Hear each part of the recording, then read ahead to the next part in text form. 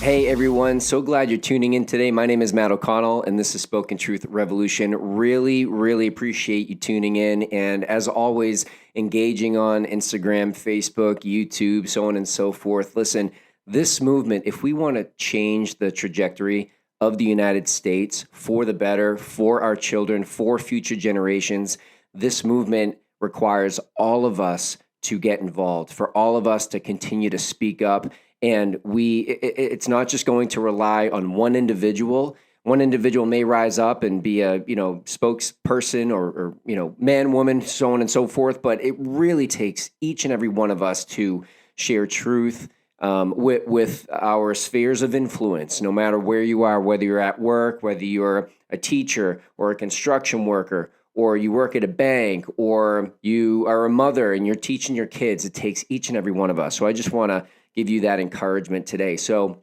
I wanted to get this episode out last week, and I just ran into so many different technical issues. It was just hard to get it out and get it posted. And so anyways, I appreciate your patience, but I wanted to talk about a couple things. And you probably have heard all of these things in the news thus far. Number one, Democrat hypocrisy, Biden's vaccine mandate, and then we have General Milley and everything that is going around, on with that person. And it's pretty remarkable in the most negative sense of that word. But so, as you know, we understand that for the most part, the Democrats, the elites, the establishment, they are the ones that they want the lockdowns, they want the mandates, they want to muzzle your kids with masks without any scientific proof. They want you to have to get a vaccine. They want to use COVID as a conduit to restrict your freedom and to just really just have this oppressive policy to control you. That's really, at the end of the day, that is what we're seeing, and primarily it's the Democrats, and they're truly fearing. They are fearing COVID as like it's the smallpox, where there's a 30% death rate, or even higher, or some other virus that has a high death rate. They're treating COVID similar to that, and we'll talk about that and actually more explicitly in a few moments. But this past week, let's talk about the Democrat hypocrisy. So last week, as you know, the Met Gala happened. The Emmys were this week.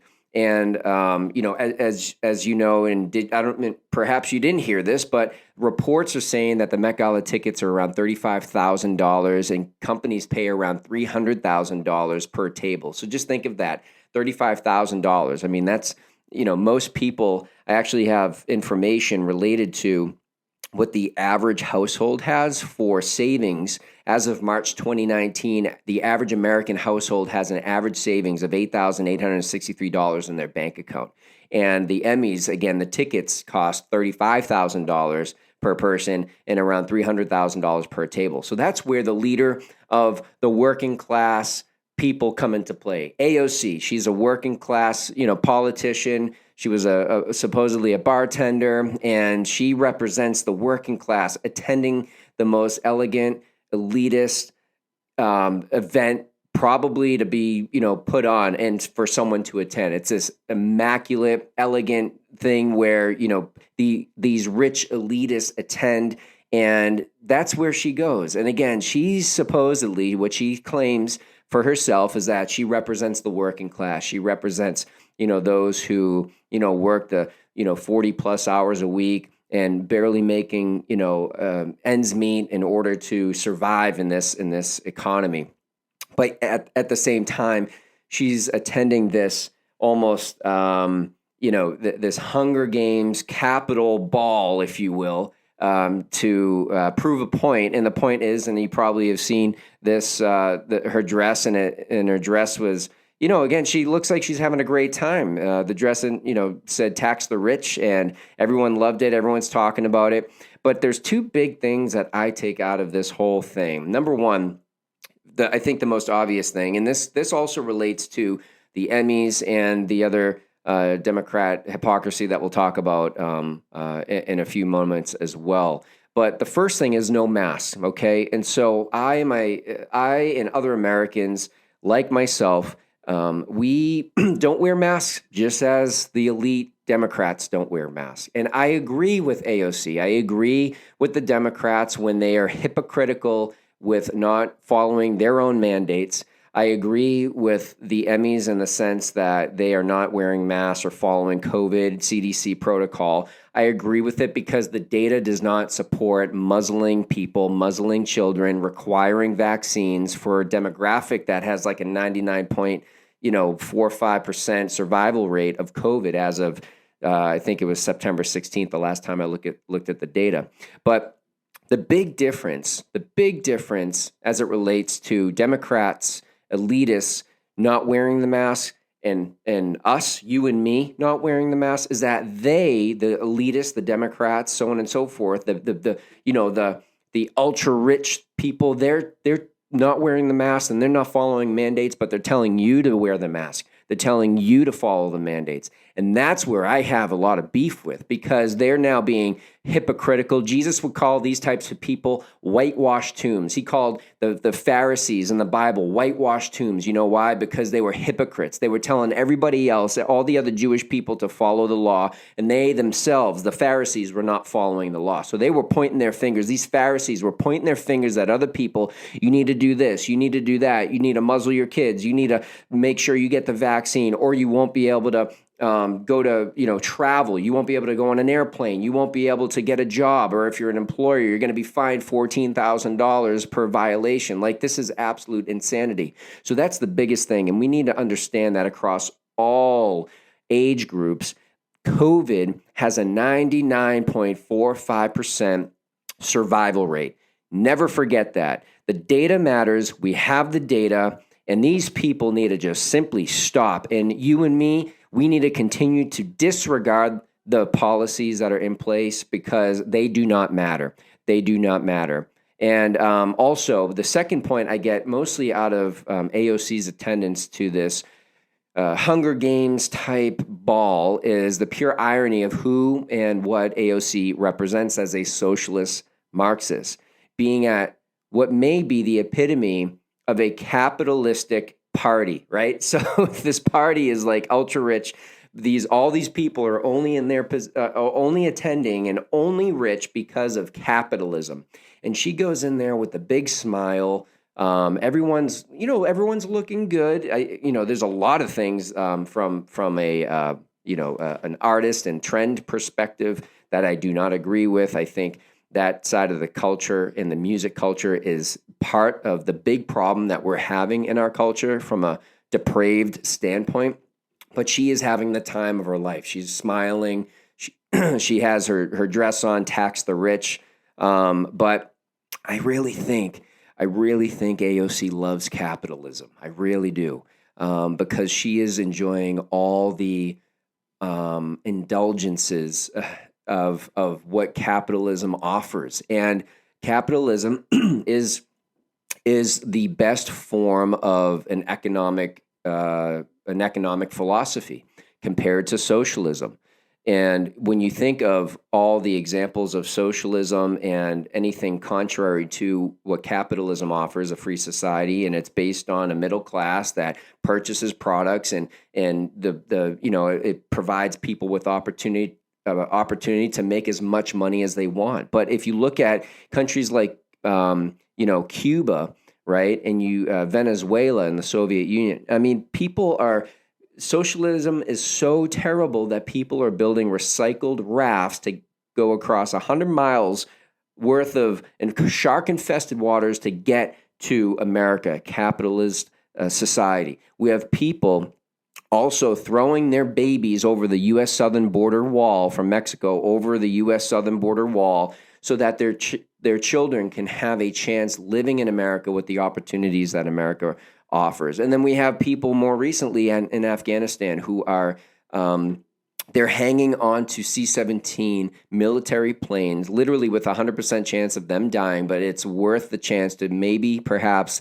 falling into America, and they will risk their lives to get to America. And so I really think AOC loves capitalism, and I think she is a complete hypocrite. And I think more importantly, I'll add to that context, she loves capitalism only for herself. She doesn't want you to have capitalism. She doesn't want you to have opportunity. She wants you to be cemented in a socialist society where you can't, you're ingrained in a specific economic class, and that's it. And they tend to want to redistribute. They'll say, we want to redistribute wealth from the higher income folks and provide for the lower income folks, and everyone's kind of equal. No, you know what happens in socialism? When they enact socialism in every single country, they don't redistribute wealth from the wealthy. They redistribute wealth from the middle class to the poorer classes. And therefore, everyone, the middle class dissipates. The poor class is now, it's just a poor class and an elite class. And the elite class controls the poor class. And that's really what happens. And so anyways, I'm glad that AOC had a great time. She enjoyed herself. And just remember, AOC, the $35,000 ticket. Remember that the average American only has $8,863 in their bank account. So thank you for representing the working class there. So the second thing I want to talk about is going along the same lines, the Democrat hypocrisy. What else is new? I mean, this is just a talking point for the last, I think COVID has really brought to the surface the Democrat hypocrisy as it relates to COVID policies. They tell you to follow the policies and they themselves don't follow it. But we have, on 9/11, we have this image of all, the big names. You got Pelosi, I think Schumer's in there, and AOC even. They're not wearing masks. They're smiling. They're having a great time. And then the next shot, it's everyone wearing a mask, and everyone's kind of, being very rigid and all that. And here's the thing.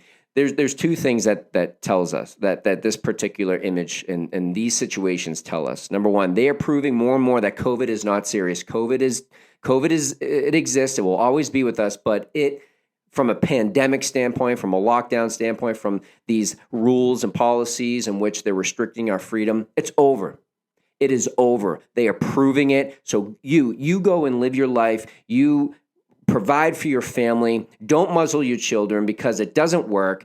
If you want to get the vaccine, get the vaccine. If you don't want to get the vaccine, don't get the vaccine. Again, 99.45% survival rate for all age groups. And more specifically, when we talk about, and I think it's a good segue as we talk about Biden's mandate. We have a couple clips that we're going to play, but let's actually get into that a little bit more. But again, I think that what we're seeing more and more with the hypocrisy going around is that the Democrats and the elitist group, they're not concerned about COVID. They don't care about COVID. They're not serious about the mandates. They clearly don't think COVID is as deadly as what the media, the fake news, CNN, MSNBC is telling you of how, this is going to be like maybe there's going to be a strain of COVID where the vaccine doesn't work. And then all of a sudden there's going to be a lot of death. There's death everywhere. Everyone's going to die. Hospitals are going to be overflowing. You're going to be, waiting in line to get into hospitals. That has never happened. It has never happened, and they are lying to you. They're being fearful. They're trying to make you to be fearful. Look at the data for yourself. The data in itself could even be exaggerated, one may argue,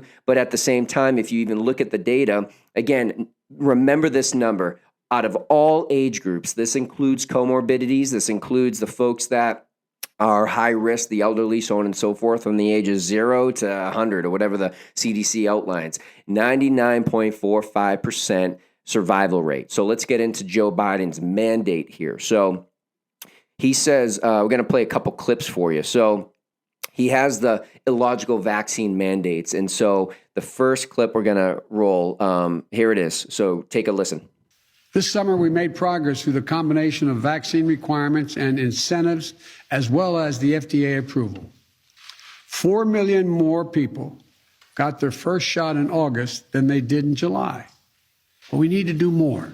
He says the following, but we need to do more. So what more do we need to do, Joe?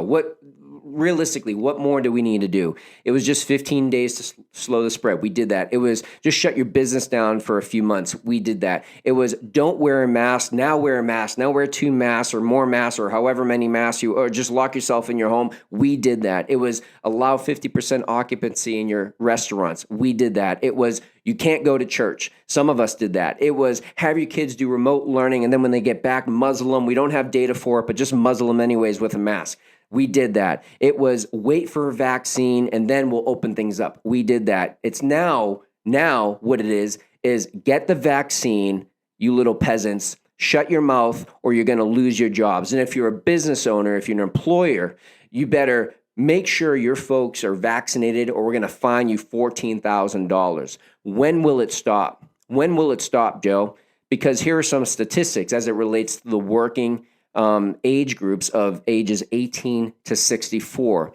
There are 80.8 million estimated infections according to the CDC. There are 146,642 deaths within that age group. And these numbers are from September 16th, 2021.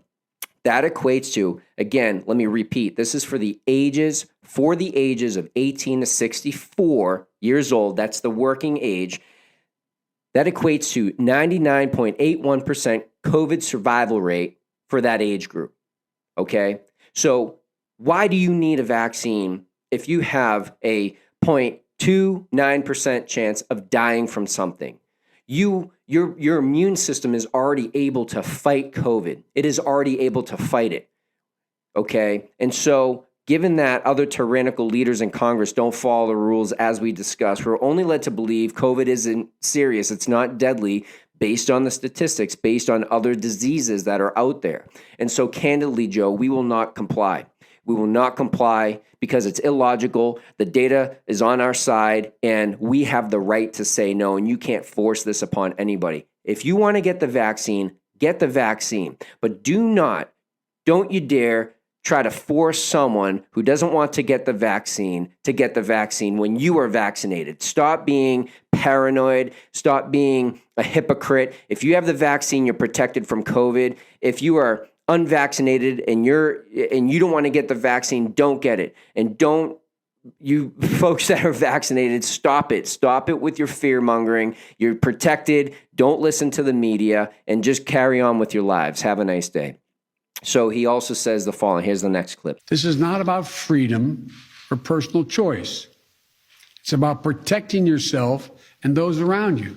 He says this is not about he says this is not about freedom or personal choice. So the president's job, first and foremost, is to protect our freedoms, not take them away. So COVID, as we outlined in the numbers, I got a little message on my iWatch, is not deadly enough to mandate anything on anyone. You understand? It's not deadly enough. Again, the survival rate for the working ages of 18 to 64 is 99.81% survival rate. Okay? Remember that.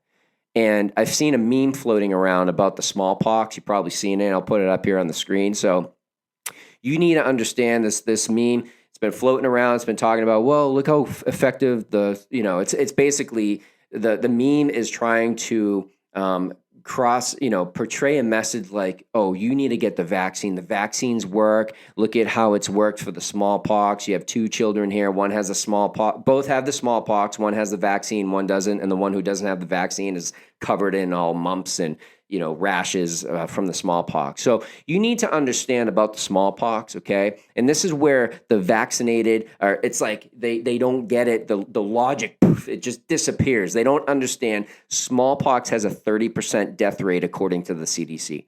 30% death rate. COVID has, again, across all age groups, has almost a 0.55% death rate. It's apples and oranges. That's why people who choose not to get the vaccine are not getting the vaccine, because the death rate is so low and they would rather have their immune system fight it. And again, if we'll talk about another hypocritical statement that Joe does, but that meme just disregard it and say smallpox has a 30% death rate while COVID has a 0.55% death rate. Why are you sharing this meme? Like, it doesn't make any sense. So anyways, that's some food for thought. So he also says this. My job as president is to protect all Americans.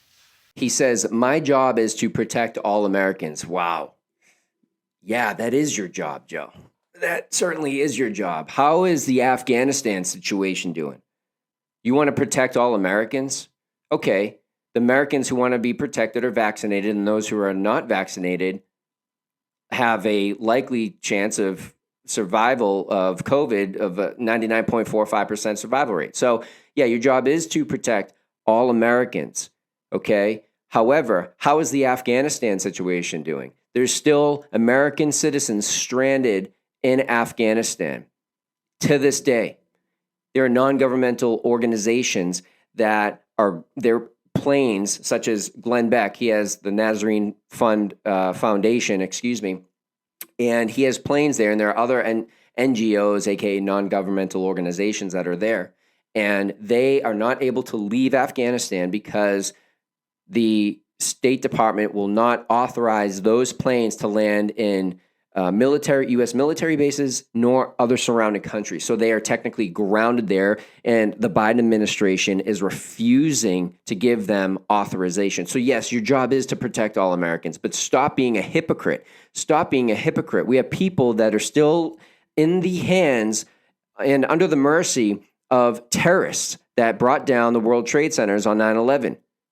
Your job is to protect all Americans, but stop using COVID to fulfill your crazy, tyrannical, democratic, leftist policies and start saving the people that are stuck in Afghanistan. Okay, let's continue. So here's the next clip with Joe Biden. The bottom line, we're going to protect vaccinated workers from unvaccinated coworkers. We're going to reduce the spread of COVID-19 by increasing the share of the workforce that is vaccinated in businesses all across America. He says we're going to protect vaccinated workers from unvaccinated coworkers. Did you hear this before? Have you heard this before? I mean, if you are vaccinated, what is the difference to you? What difference does it make to you if I am unvaccinated? If you're vaccinated, if you are vaccinated, and whether I'm vaccinated or unvaccinated, what difference does it make to you? You got the vaccine. Why? Because you wanted to be protected from COVID, according to what the CDC and the health officials are telling us. The vaccine is to protect you. So if I'm unvaccinated and I have COVID and I come around you, are you protected? Yes or no? Answer the question. If the answer is yes, then keep your mouth shut. If the answer is no, then you don't trust the vaccine yourself. You need to get the second, third, fourth, 60th booster that they're going to come down in the next couple months. They're going to have you be locked in your homes, and muzzle your kids, and they're going to make sure that you're well protected. They're going to put bubble wrap all around you. So if you are vaccinated, you are protected. And this statement is completely illogical. The president has lost his mind. He has lost his mind, and we got to keep praying for him. And so one thing I want to bring up is, okay, so will the government stop? Like what possibly could be next after this, okay? So like the vaccine is being mandated for people who don't statistically need it. Again, working ages, which is 18 to 64, as a reminder, have a 99.81% survival rate of COVID. And so what would the next possible thing be for the government to institute? Well, interestingly enough, glad you asked, the CDC, and let me take a step back, Australia recently started to build a quarantine camp. Yes, this is a true story. Do not falsify or put fake news on this particular podcast, because that is real news. And so the CDC also on their own website outlines, and we'll put it right up on the screen here, what's called the shielding approach. This is what it says. The shielding approach aims to reduce the number of severe COVID cases by limiting contact between individuals at higher risk of developing severe disease, or high risk, and the general population, which is low risk. High-risk individuals would temporarily relocate to safe or green zones established at the household, neighborhood, camp, or sector, wink, wink, or community level, depending on the context and setting. They would have minimal contact with family members and other low-risk residents. Well, we know that the former high-risk folks were the elderly, the obese, those who were possessing comorbidities. But now most of those folks likely got the vaccine. And the media and the Democrats are now pointing to a new demographic, and who are now the new high-risk folks. It's the folks that are not vaccinated. You got it. Ding, ding, ding, ding. So that's likely what's going to happen. And we are seeing, the media, the left, the Democrats, so on and so forth, all the elite ruling establishment class now pin down the unvaccinated as the quote unquote high risk. It continues on. So the website, it says the shielding approach has 3 levels: household level, neighborhood level, and camp sector level. And here's what the camp sector level says. A group of shelters such as schools, community buildings, within a camp sector, maximum of 50 high-risk individuals per green zone, where high-risk individuals are physically isolated together. 1 entry point for exchange of food, a meeting area for residents and visitors to interact with while practicing physical distancing of 2 meters, so on and so forth. So another let's continue on. Timeline considerations. They say consideration plan for extended duration, implementation time at least 6 months. So again, the high-risk folks currently are now the unvaccinated. They are ostracizing people who do not want to get the vaccine. My demographic, I have like a 99.9985% chance of surviving COVID. Why would I get a vaccine? Why would I get a vaccine when I have literally nearly 100% chance of, if I catch COVID, of surviving COVID? It's not that I don't believe COVID exists. I know it exists. If you think COVID doesn't exist, you're wrong, okay? However, I don't need a vaccine because my own immune system can fight COVID. So stop with the crazy mandates. If you're vaccinated, stop with the paranoia and live your life and mind your business. And then finally, lastly, we have General Milley. So you may recall General Milley with he's been in the news. Typically, you don't see these, I don't know what position, he's a General Milley, right? So these generals front and center on social issues like this. But a couple recaps of General Milley. He worked obviously for Trump as well. And so he came out, this was back when Trump was in office, when Antifa was burning down the country, Black Lives Matter burning down the country. And in D.C., there was this huge riot. A church was burned down by Black Lives Matter and Antifa. And then Trump the next day went out and he wanted to just take as a symbol of we are still battling this. Here's where we stand. And he held up a Bible and so on and so forth. General Milley walked beside him. So during that time, during that period, and we have a picture here as well. But needless to say, he came out the next day or the subsequent days after the fact and said, I was there, but I didn't want to be there next to Trump. I didn't support it, so on and so forth. So he's like already picking sides, right? He also said something in relation to his being interviewed by reporters needing to understand, quote unquote, white rage. And he simply has gone completely woke. And also, he is responsible, along with Biden, to have stranded American citizens in Afghanistan. So that whole operation, he is fully responsible. And so he came out in the news again. So while Trump was still in office towards the end of Trump's presidency in 2020, Milley thought that Trump was going to begin World War III and attack China. Like, why? He doesn't give an explanation. He doesn't say anything, no further context. So what he does, General Milley, he reaches out to his counterpart, and I'll just read the article from Reuters here. It says, U.S. General Milley, chairman of the Joint Chiefs of Staff, called General Li Zhaosheng of People's Liberation Army on October 30th, 2020, 4 days before the election, and again on January 8th, 2 days after Trump supporters led a deadly riot at the U.S. Capitol, blah, blah, blah. In the calls, Milley sought to assure Li the United States was stable and not going to attack, and if there was an attack, he, General Milley, would alert his counterpart, the General Lee, ahead of time. So essentially, he was undermining President Trump. In other words, he was undermining President Trump. And so the left is like, oh, he's such a hero. He is really giving it back to Trump and the Republicans. Like, this is treason. This is treason. He should be prosecuted. He should be tried at the very least. and see if the evidence comes out that this guy committed treason. I mean, China wants to take over the world and institute their regime across all countries, and they are oppressive. It's a communist country. They currently, the Uyghurs, Muslims in China, they're being persecuted by China. The women in the Uyghur Muslim demographic, they're being sterilized by the Chinese government so that they cannot reproduce.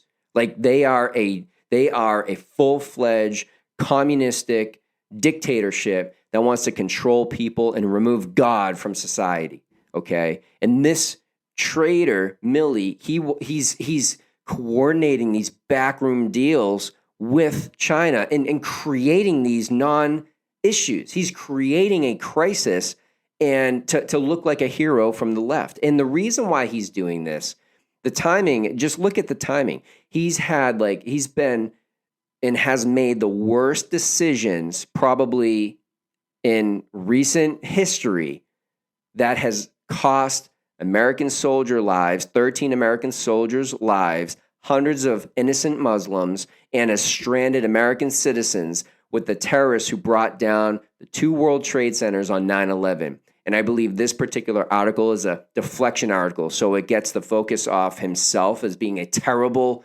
decision maker, costing lives, to now, let's put it back on Trump. Let's put the media back on Trump. I'm getting too much negative news. Biden also getting too much negative news from Afghanistan. Let's put the focus back on Trump. So anyways, that's all I have for you today. I appreciate you tuning in. As always, appreciate your patience. And I hope you guys continue the good work. Keep up the good fight. And I'm praying for this nation. I hope you are as well, because we certainly need it.